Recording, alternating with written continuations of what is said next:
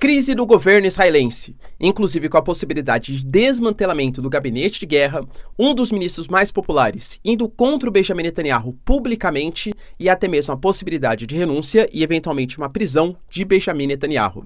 Em um momento de guerra, o que será que está acontecendo e quais são as divergências que colocam em risco Israel na guerra contra o Hamas?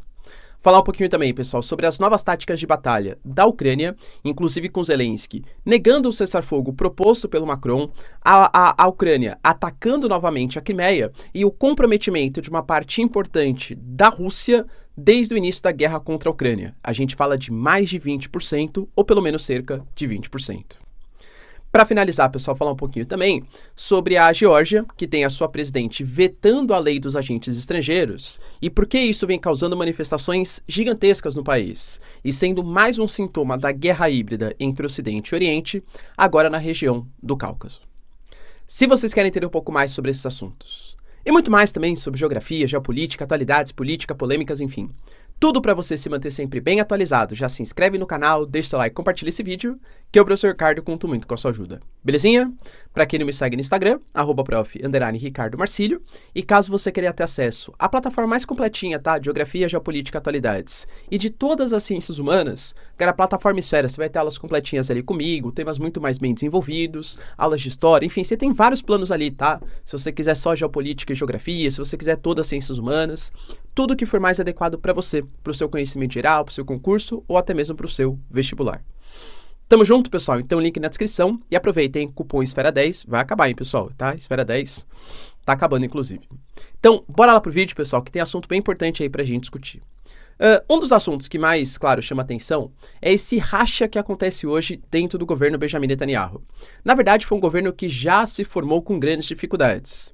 O Benjamin Netanyahu, ele, antes de ser, pela última vez agora, né, primeiro-ministro de Israel, ele estava envolto em alguns escândalos de corrupção, e aí, para conseguir se eleger, depois de uma troca consecutiva de primeiros ministros que não conseguiam se estabelecer em Israel, ele conseguiu, mas teve que se aliar com 14 parlamentares que têm um pensamento mais ligado a uma direita extremo nacionalista, inclusive que não reconhece o direito de existência dos palestinos, é a favor da construção de assentamentos judeus na Cisjordânia, dentre outros pontos bastante polêmicos. Então é um governo que já nasce pressionado pelos escândalos de corrupção e pelo racha interno mesmo, tá?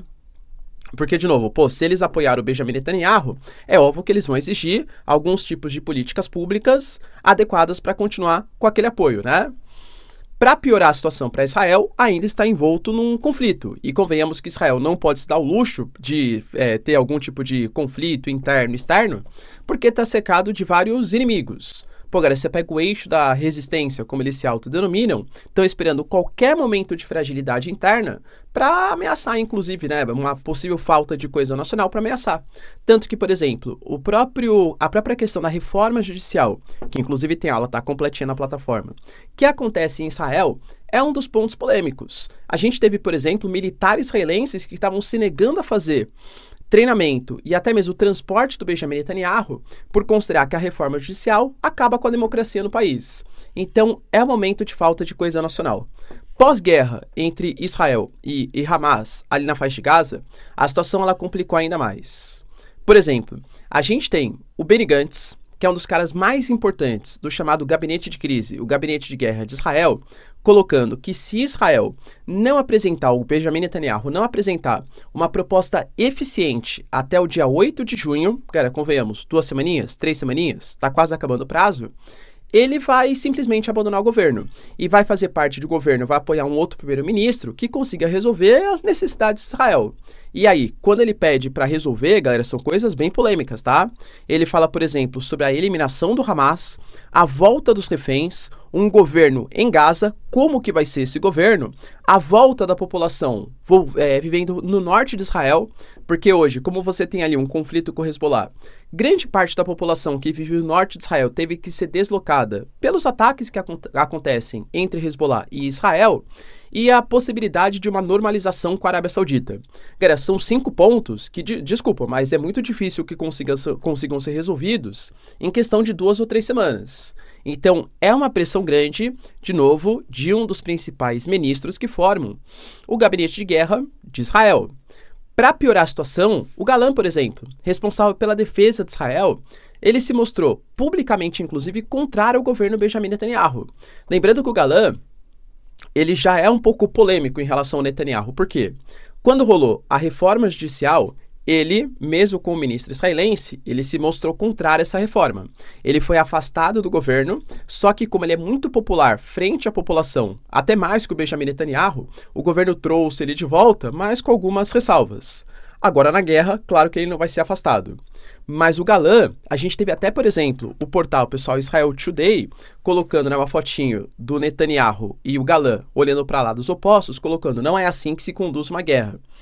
Porque o Netanyahu, ele deu uma entrevista, deixando bem claro, tá, que o futuro da faixa de Gaza pode ser uma administração civil palestina, mas que não seja a ANP e não seja o Hamas, mas uma administração militar israelense.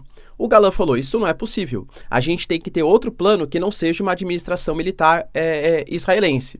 Porque isso vai custar pouco mais de 5 bilhões de dólares por ano e a gente vai ter que dispor de pelo menos 50 mil novos soldados para fazer essa administração militar. Pelo menos. Lembrando que nem eu falei para vocês, Israel não é um país tão populoso assim. Israel tem dificuldade em relação à quantidade de número de forças armadas. Pelo menos assim, claro que pode convocar mais reservistas, mas isso impacta também na própria popularidade do governo. Você ter uma situação de guerra constante é uma problemática para Israel. Ah não, professor, dá para pegar os militares que já tem. No momento de ação do eixo da resistência, vai desocupar onde? O norte de Israel, que tem a presença do Hezbollah, ou então o nordeste, que tem ali a presença da Síria, disputa nas colinas do Golã. Entende, galera, como é difícil? Então, se ele fala de uma administração militar israelense na faixa de Gaza, o Gallant se mostrou contrário. Mas e aí? Se não fizer essa administração militar, vai ser uma administração militar da ANP? Será que o Smotrich, o Ben-Gvir, essa direita nacionalista concorda? A gente pega, por exemplo, a própria ação em Rafah, o Benny Gantz, que é o que eu falei para vocês, com esses 5 pontos, ele apoia também, falando que ele entende, poxa, não é uma coisa legal ficar deslocando o palestino, mas o Hamas controla aqueles territórios há 20 anos e é culpa deles, não é culpa de Israel. Só que enquanto isso acontece, a gente tem, por exemplo, a opinião pública se voltando cada vez mais contrário à guerra como está acontecendo agora, até pela questão dos familiares, dos reféns que estão sendo mantidos ali na faixa de Gaza. A gente já teve invasão ao parlamento, protestos contra o Benjamin Netanyahu, protestos contra o Gallant, anunciando que Israel só está pensando nas finalidades políticas, querendo acabar com a guerra, acabar com o Hamas e não pensando nos reféns, não pensando nos familiares que estão aguardando a volta dos reféns e por aí vai. Então, o Benjamin Netanyahu, ele está envolto, cara, em pressões de todos os lados. Se ele se mostra um pouco mais condescendente com o Hamas para resgatar os reféns, a direita critica ele, essa direita mais nacionalista, que forma inclusive o seu governo, e pode demonstrar uma certa fragilidade. Se ele faz ações mais efetivas, a comunidade internacional tem críticas da ONU, tem crítica até dos Estados Unidos, da Inglaterra, da França, tem críticas internas ao seu governo. Então, Benjamin Netanyahu, ele está numa sinuca de bico e ele sabe que ele pode ir perdendo constantemente apoios dos seus ministros. E lembrando, é um sistema parlamentarista, ou seja, para você tirar o primeiro-ministro é muito mais fácil do que num sistema presidencialista, que tem que ter o processo de impeachment e coisa que o valha. E uma moção de desconfiança no Benjamin Netanyahu abre precedentes para que ele seja afastado do governo, e convenhamos, pessoal, se ele for afastado nesse momento de instabilidade e pressão, eu duvido muito que os casos envolvendo os seus escândalos de corrupção não venham à tona e ele seja eventualmente preso. E aí, galera, como que o Benjamin Netanyahu vai conseguir escapar dessa sinuca de bico de uma pressão que se faz por todos os lados, tanto internamente como externamente? Ele estava tentando se garantir com guerra. Poxa, se tem guerra, a população vai falar, pô, resolve a guerra, depois a gente vê o que acontece com o Benjamin Netanyahu. Aparentemente, essa tática não vem dando mais certo. A gente tem, pessoal, nesse momento, passei para vocês, inclusive, nos vídeos anteriores, a Rússia avançando em Kharkiv, inclusive conquistando mais territórios em questão de uma semana do que a Ucrânia conquistou em toda a contraofensiva liderada ali em 2023, que conquistou um trechinho ali, ó, região próximo de Mariupol, ali em Robotyne, mas pouquíssima coisa, né? Pois bem, pessoal, nesse momento, o Zelensky está tentando mudar os seus paradigmas. A gente percebe, por exemplo, que como ele está com dificuldade em equipamentos, armamentos, enfim, mas ele ainda tem os drones e alguns mísseis de longo alcance, inclusive ATACMS cedido pelos Estados Unidos, e chegarão mais, tá, num futuro próximo. Alguns ataques estão sendo feitos contra refinarias, é fato, e até mesmo contra a Crimeia. A gente teve um ataque, pessoal, em Novorossiysk, que acabou de acontecer, tô gravando para vocês no domingo de manhã, isso acontece de sábado para domingo, que atinge a região da Crimeia. Também, galera, possivelmente, tá, as informações são muito preliminares, mas com mísseis de longo alcance. O Serviço de Inteligência dos Estados Unidos já está colocando que 14% da produção de petróleo da Rússia já foi comprometido só com os ataques ucranianos. Então, aparentemente, tá, como a Ucrânia tá vendo, né, uma dificuldade de conseguir se estabelecer nessa frente de batalha, porque faltam militares, até colocando ali presos agora, aumentando o número de militares que vão ser convocados, enfim, ataques a longa distância e o comprometimento da economia da Rússia, por conta do petróleo, tá? Aparentemente vão ser as novas táticas de guerra, pelo menos enquanto não chega mais equipamentos do Ocidente. E, aliás, até vendo isso, eu conversei com vocês, lembra? O Macron, ele tá meio preocupado porque vai começar as Olimpíadas. Pô, cara, no momento de tanta tensão internacional, a gente nem discute tanto a questão das Olimpíadas, mas tá chegando aí no futuro próximo.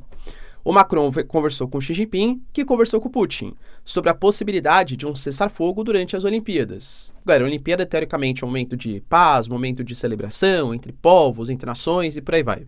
Tá certo que a Rússia nem vai poder participar das Olimpíadas. Ela está suspensa por conta da guerra. Os atletas russos que vão participar, eles vão participar como o Comitê Olímpico Russo, mas sem ser exatamente a Rússia, né? Então, duvido que a Rússia vá adotar um cessar-fogo numa coisa que ela nem está participando. Mas a Ucrânia também anunciou que não quer, tá? O Zelensky colocou que fazer um cessar-fogo nesse momento era só dar tempo para o Putin conseguir se preparar e aumentar a sua retórica agressiva. Ou seja, Macron, acho que não vai dar certo a sua proposta de não guerra durante as Olimpíadas.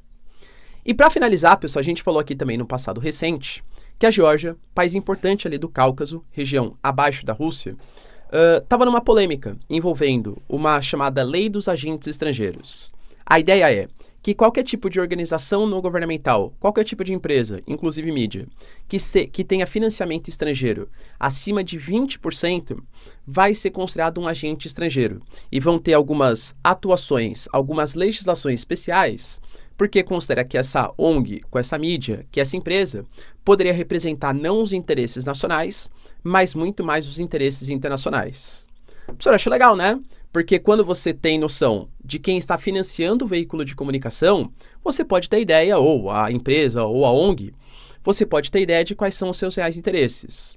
Na teoria, pessoal, até falo para vocês, tá? Acho interessante também. Para mim, quanto mais transparência, melhor. A questão é que existem empresas, existe uma lei parecida na Rússia, em outros países também aliados, que a União Europeia e os Estados Unidos consideram que, na verdade, não é para trazer transparência, e sim para fazer uma perseguição, para você saber exatamente de onde veio esse dinheiro e falar que é acusação de propaganda estrangeira e coisa que o valha, e dificultar a liberdade de imprensa. É fato que você tem essa discussão. A gente teve a votação dessa lei no parlamento da Geórgia e tivemos uma aprovação de 84 contra 30. Legal, foi aprovado. Começaram uma série de manifestações na Geórgia, porque a União Europeia considera que essa lei sendo aprovada impossibilita a Geórgia de participar da própria União Europeia, porque não vai ter liberdade de imprensa, e os Estados Unidos também falando que há possibilidade de aplicações de sanções contra a Geórgia e contra os parlamentares que votaram favoráveis a essa proposta. Ou seja, claramente uma intervenção estrangeira de uma política interna da Geórgia, tá? Convenhamos. Só que a União Europeia e os parlamentares que são contra essa lei falam exatamente a mesma coisa da Rússia, falando que os parlamentares que votaram favoráveis ou o partido que é favorável está sendo financiado pelos russos. E, galera, convenhamos, na minha visão, tá? Os dois estão certos. Os dois estão certos nos argumentos, estou falando. Tanto os que votaram favoráveis possivelmente devem ter ligações um pouco mais próximas com a Rússia, talvez até mesmo financeira, quanto os parlamentares que votaram contra também têm uma ligação mais próxima com a União Europeia, talvez até mesmo financeira. Quero sim, falo para vocês, a Victoria Nuland, que é a ex-secretária de Estado dos Estados Unidos, ela é conhecida como a Dama das Revoluções Coloridas. Poxa, ela participou de uma série de campanhas de financiamento, convencimento, partido político. Ela entregou lanche, galera, no Euromaidan. né, uma secretária de Estado dos Estados Unidos entregando lanche num protesto da Ucrânia contra, aliás, a favorável, né, a aproximação com a União Europeia. Será que os americanos e a União Europeia interferem na política de outros países? É claro, né? E a Rússia também faz a mesma coisa. A presidente da Geórgia, nesse momento, ela é muito mais pró-União Europeia. Então ela foi lá e vetou essa proposta. Também por conta das manifestações. Só que o parlamento, ele continua favorável a essa proposta. Tem um racha hoje, né? Então, muito possivelmente, esse veto da presidente vai ser derrubado. Só que a Geórgia terá eleições parlamentares daqui 5 meses. E aí essa lei pode ser aprovada, e aí se tivermos uma eleição parlamentar em que os parlamentares que entrarem sejam mais pró-União Europeia e não pró-Rússia, pode acabar culminando com uma derrubada dessa lei. É uma polêmica, pessoal. Você concorda com a lei dos agentes estrangeiros aprovada na Geórgia? Sim ou não? Deixa aí nos comentários, quero saber sua opinião. No mais, pessoal, se vocês curtiram o vídeo, tamo junto, beijos, abraços e tchau, tchau.